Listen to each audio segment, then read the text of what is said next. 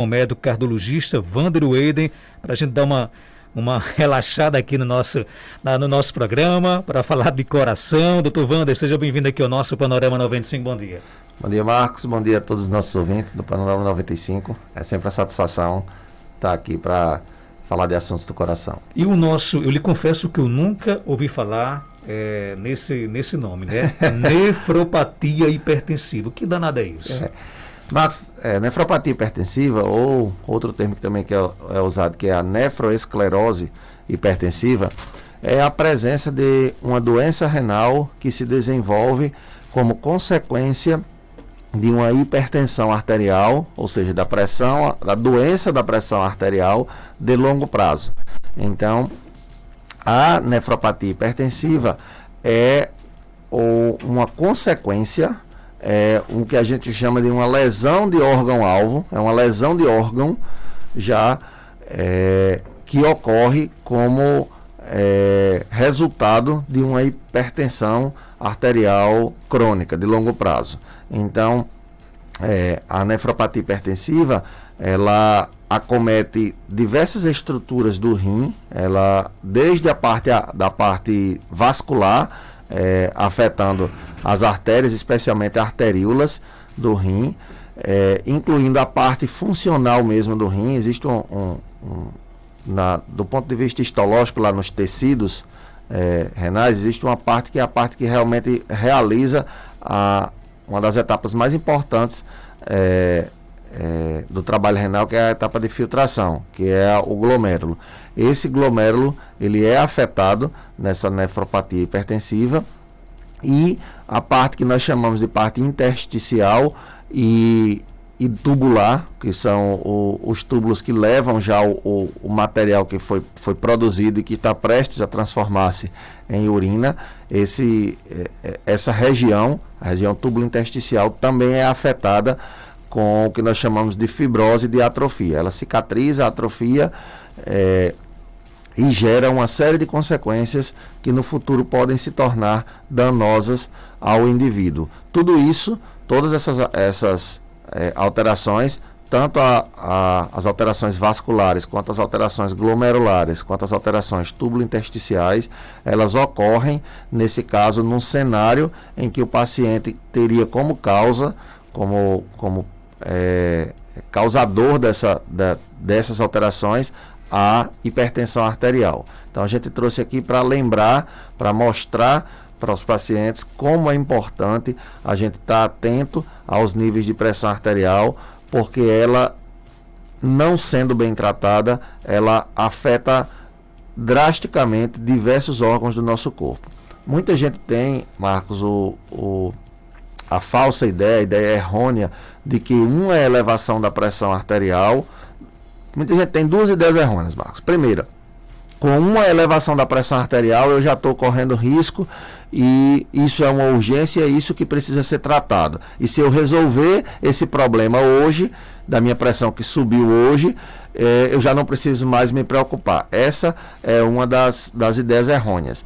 De um modo geral, a pressão arterial, ela não costuma causar danos imediatos ao organismo. Há algumas exceções que são raras de acontecer, mas há algumas exceções em que o organismo desenvolve pressões extremamente elevadas. Normalmente, quando a mínima pressão diastólica ela está acima de 120 milímetros de mercúrio, que a gente chama de 12, né? Então é alguma coisa por 12, né? 20 por 12, 18 por 12, 19 por 12, 20 por 14, alguma coisa por 12 ou mais. Quando você está nesse cenário, você pode ter, de fato, de uma forma aguda, né, ali só naquele momento você já desenvolver um problema em algum órgão seu e ter alguns dos seus órgãos sob risco de uma grave doença. Mas de um modo geral, a maioria das elevações da pressão arterial, minha pressão subiu para 14 por 8, 14 por 9, eu estava me sentindo mal, tinha alguma coisa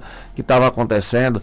Essas elevações, elas não promovem, não resultam em nenhum dano imediato ao organismo. Na maioria das vezes, elas são consequência de alguma coisa que você não está não está passando bem naquele momento. É uma dor de cabeça, é um estresse, é uma dor no organismo, é um quadro viral. Alguma coisa está fazendo com que o seu organismo saia do eixo normal e faz com que a sua pressão se eleve. Então, muita gente tem a ideia de que só precisa se preocupar com a pressão quando a pressão sobe. E aí, depois que à medida que a pressão sobe para qualquer valor, 14/9, eu já acho que isso é uma urgência e acho que meus órgãos estão em risco. Isso não é verdade. Na verdade, a elevação da pressão arterial em valores pequenos assim, ela não representa um risco imediato à vida e nem ao bom funcionamento de nenhum dos órgãos do nosso corpo. Porém, pelo outro lado, se você não cuida dessa pressão arterial, se você não olha para essa pressão arterial de uma forma mais continuada, de uma forma mais frequente, e você só se preocupa quando a pressão sobe ou quando você está com sintomas, isso pode trazer danos no futuro, porque você pode passar muito tempo com a pressão arterial elevada, com a hipertensão arterial, e isso sim resultar ao longo de 1 ano, de 5 anos, de 1 década, isso vai resultar lá na frente em dano aos órgãos. Essa nefropatia hipertensiva que a gente está tratando hoje aqui, que é a lesão nos rins como consequência da hipertensão arterial, ela é um exemplo disso. Esse é um dos mitos que algumas pessoas acabam acreditando. E o segundo mito é de que a minha pressão sobe quando a minha pressão sobe, eu sei, porque ela me avisa, eu estou com dor de cabeça, eu estou com algum sintoma. Isso de fato não se procede. Na verdade, ocorre que muitas vezes você vai ter elevação da pressão arterial associada a sintomas. Na maioria dessas situações, na verdade, são os sintomas, é o enjoo, é a dor de cabeça, é a dor no estômago, é a dor na nuca, é o mal-estar, que vai fazer com que naquele momento a pressão se eleve. Mas existem outras condições que também fazem com que a pressão se eleve e são silenciosas. Então a pressão ela pode elevar-se sem produzir nenhum sintoma no paciente. Às vezes você está só estressado, às vezes você só fez um esforço físico acima do normal, às vezes você comeu uma comida que tinha uma carga de sal acima do normal, e isso sem lhe promover nenhum tipo de alteração, sem que você desconfie, está produzindo elevação da sua pressão. Se essa elevação ela é frequente, você pode ser um paciente hipertenso. E se você não faz esse acompanhamento e esse diagnóstico e o tratamento de forma correta, no futuro pode se desenvolver problemas em órgãos importantes. Existem outros, como o cérebro, que pode ser afetado com o acidente vascular cerebral. Existem os olhos, que podem ser afetados na retina, com o que nós chamamos de retinopatia hipertensiva. O próprio coração pode ser afetado. Muita gente acredita que a hipertensão é necessariamente uma doença do coração. Não é. O cardiologista acompanha e trata a pressão arterial, mas ela não é uma doença propriamente do coração. Não obrigatoriamente é uma doença do coração. Ela é uma doença que está instalada no sistema circulatório e que, com o passar do tempo, pode sim resultar em danos ao coração, como, por exemplo, a hipertrofia ventricular. Todos esses exemplos que a gente deu, de retinopatia, de doença cerebral, de hipertrofia do coração, são também outros exemplos de consequências de uma pressão arterial de longo prazo que não é bem tratada e que se estabelece no paciente. Do mesmo modo, quando isso acontece em um paciente sem que haja um tratamento adequado, um dos órgãos que está sujeito a ser comprometido são os rins e pode, inclusive, levar ao que a gente chama de doença renal de estágio final ou insuficiência renal avançada, insuficiência renal no que a gente classifica em estágio 5, que pode levar o paciente a necessitar do que a gente chama de terapia renal substitutiva, que é mais conhecida, a forma de terapia renal substitutiva mais conhecida é a hemodiálise. Então, é inclusive um dos principais causadores de insuficiência renal que necessita de hemodiálise é a hipertensão de longo prazo. O paciente não desconfia ou já sabe, mas não trata da forma adequada, e ao longo de diversos anos você vai tendo esse processo de agressão contínua dos rins, e essa agressão resulta no momento em que eles simplesmente não conseguem mais funcionar. Os rins, eles simplesmente não conseguem dar conta de todo o trabalho. Os rins, eles trabalham em grupo. Existe, Marcos, o que a gente chama de unidade funcional do rim, que é um néfron. Um néfron é um conjunto de células que se aglomeram ali, que formam um mini sistema que é capaz de produzir todas as funções que o rim inteiro produz. Então é o que a gente chama de unidade funcional do rim. Existem aproximadamente 1 milhão de néfrons em cada rim. E o que acontece? Você começa a desenvolver algum tipo de doença, como por exemplo a hipertensão arterial, e isso começa a agredir alguns desses néfrons, e o que a gente chama de néfrons remanescentes, os que sobram, eles acabam tendo que fazer o trabalho daqueles que já não estão mais ali. Então isso começa a sobrecarregar o órgão. Então o órgão, ele nasce na vida dele com 1 milhão de néfrons. Daqui a pouco desse 1 milhão só tem 800 mil, mas o trabalho é o trabalho de 1 milhão. E aí esses 800 mil começam a ficar sobrecarregados e mais alguns vão padecendo e deixam de funcionar. Daqui a mais alguns anos, você de 800 mil só tem 600 mil. E esses 600 mil vão continuar fazendo o trabalho de 1 milhão e coitados, estão a cada vez mais sobrecarregados. Então isso vira uma bola de neve, um processo em que quanto menos néfrons eu tenho, quanto menos células funcionais, quanto menos unidades funcionais no rim eu tenho, mais elas vão estar sobrecarregadas, porque elas vão estar fazendo o trabalho de todos. E isso vai resultar, ou pode resultar, lá no final, ao longo de vários anos, em insuficiência renal terminal, que pode produzir, inclusive, necessidade de hemodiálise para os pacientes. Agora, existe tratamento para essa doença?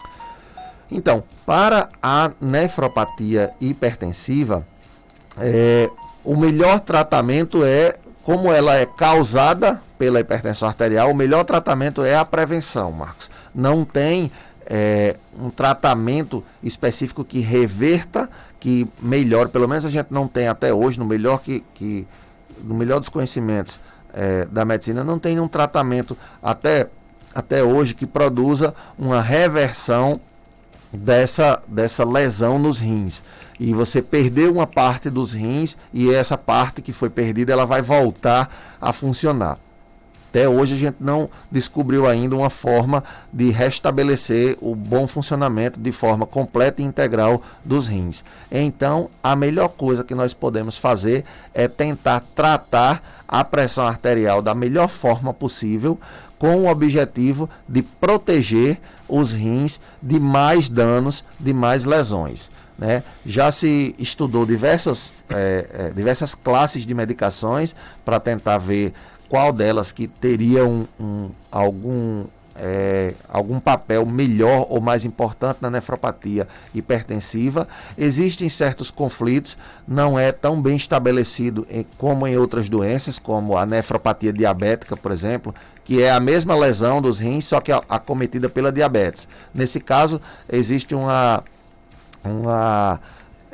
vamos dizer assim, já existe um papel mais estabelecido de algumas substâncias, como os inibidores da enzima conversora de angiotensina, popular captopril, enalapril, ramipril, associado a um outro conjunto de medicações, como o nifedipino e o alodipino. Esse conjunto, essa associação de medicações, ela protege esses pacientes com nefropatia diabética da evolução para a insuficiência renal mais grave. Na nefropatia hipertensiva, esse papel ainda não está bem estabelecido. O melhor que se tem de estudos, ele mostra um papel limitado, mas mostra uma atuação dessas mesmas substâncias, a gente chama de IECAS, o captopril, o enalapril, como medicações que tratam a pressão arterial e que, melhor do que outras medicações, nesse caso, elas, além de tratar a pressão arterial, elas evitam a evolução e a progressão da doença dos rins. Então seria esse basicamente o tratamento. Cuidar, existem várias medidas não farmacológicas, a gente não está falando aqui apenas de medicação, não adianta você tratar, fazer captopril, fazer enalapril, tentar evitar a progressão dos rins se você não toma determinadas medidas, como por exemplo, redução de peso, porque colabora com a redução da pressão arterial, atividade física regular, porque colabora com a redução da pressão arterial. Controle do sal na dieta, porque colabora com a redução da pressão arterial. Então, não adianta também se partir apenas para o tratamento medicamentoso e não olhar para outras medidas que nós chamamos de mudança de estilo de vida, que são tão importantes nesse caso para um bom tratamento. Ok, tem muitas perguntas aqui no nosso WhatsApp, 992053030. Bom dia, vamos lá. Marcos Antônio, eu sofro de depressão. Bom dia, Vitória daqui Jardim Seridó. Eu sofro de depressão, eu sofro de ansiedade, eu sofro dos nervos e eu sinto umas ferroadas no meu coração, sinto dor no meu coração. É no meu coração ou não? É do nervo, eu quero saber se é do nervo, da depressão, essa dor, essa pontada no coração, se é do nervo ou se é do coração. Me diga, doutor, por Vai favor. responder agora. E aí? Bom dia.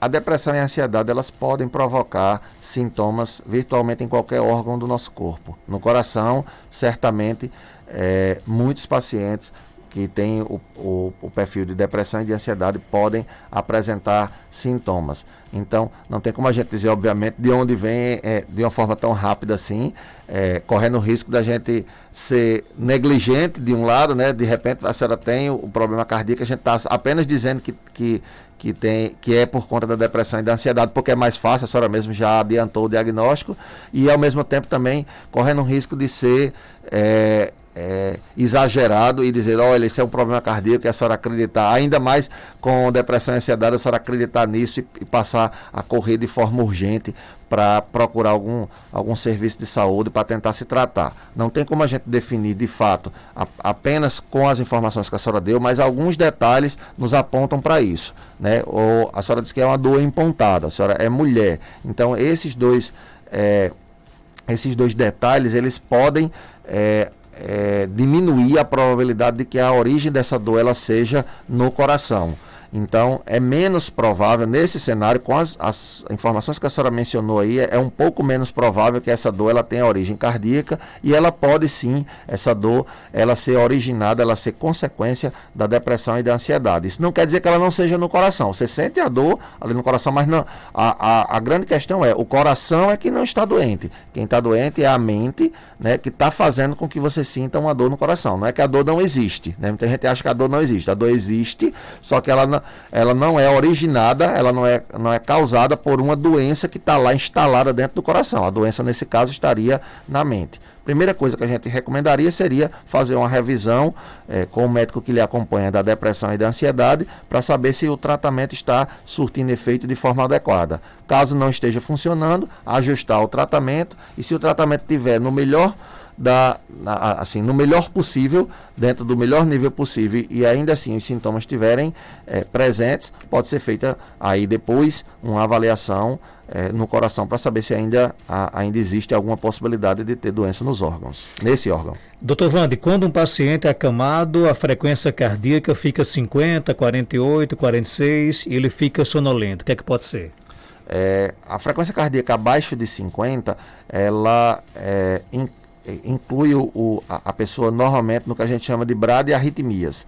Às vezes, durante o sono, né, o sono noturno, a frequência cardíaca pode cair a valores entre 40 e 50 batimentos por minuto e não ser necessariamente anormal.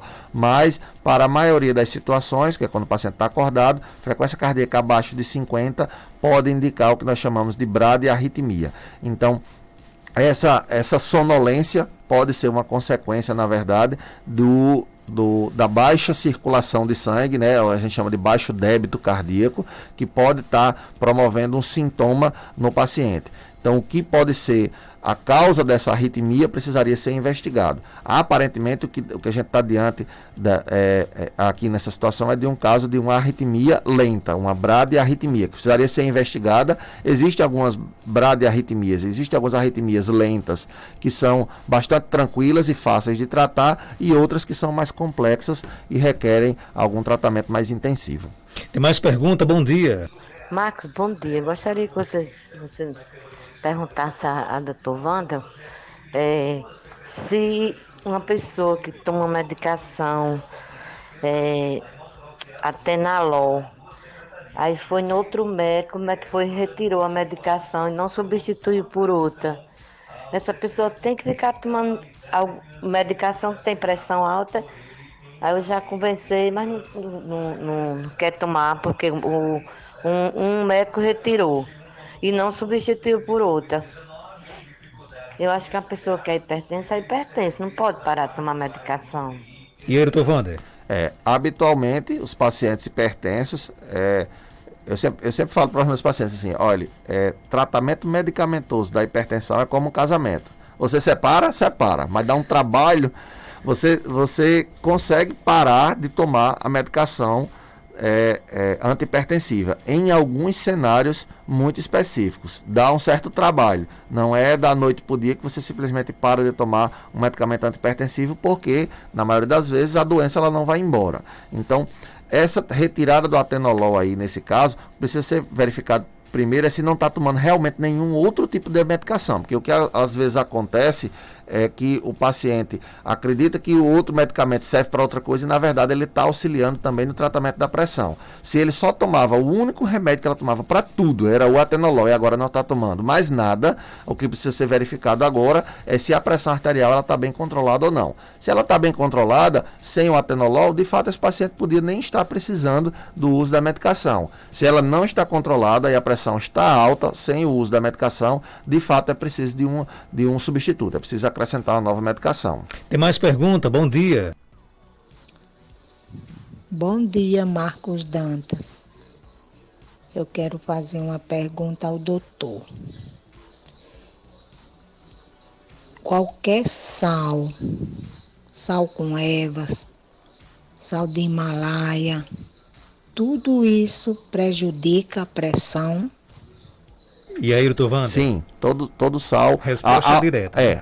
O único sal que não afeta a pressão são sais que não contêm sódio. Existem alguns vendidos em farmácia e alguns sais que são chamados sais light, que contêm um teor menor de sódio, que são vendidos também em supermercado. Mas você tem que verificar quanto de sódio tem naquele sal. Eles geralmente indicam na própria embalagem. 70% menos sódio, 30%, 50% menos sódio. Esses sais, eles têm um efeito menor de alterar a pressão arterial. Mas sal do Himalaia, sal com erva, sal colorido, qualquer sal que você vir, é sal do mesmo jeito e pode afetar a pressão arterial. O ouvinte quer saber se quem tem prolapso mitral pode tomar a vacina da Covid como comorbidade. Não, o prolapso de válvula mitral, se ele não for acompanhado de uma lesão por insuficiência da válvula mitral em nível importante, que tenha repercussão no coração, ele não representa, dentro dos critérios que foram estabelecidos pelo próprio Ministério da Saúde, no Plano Nacional de Imunização, ele não representa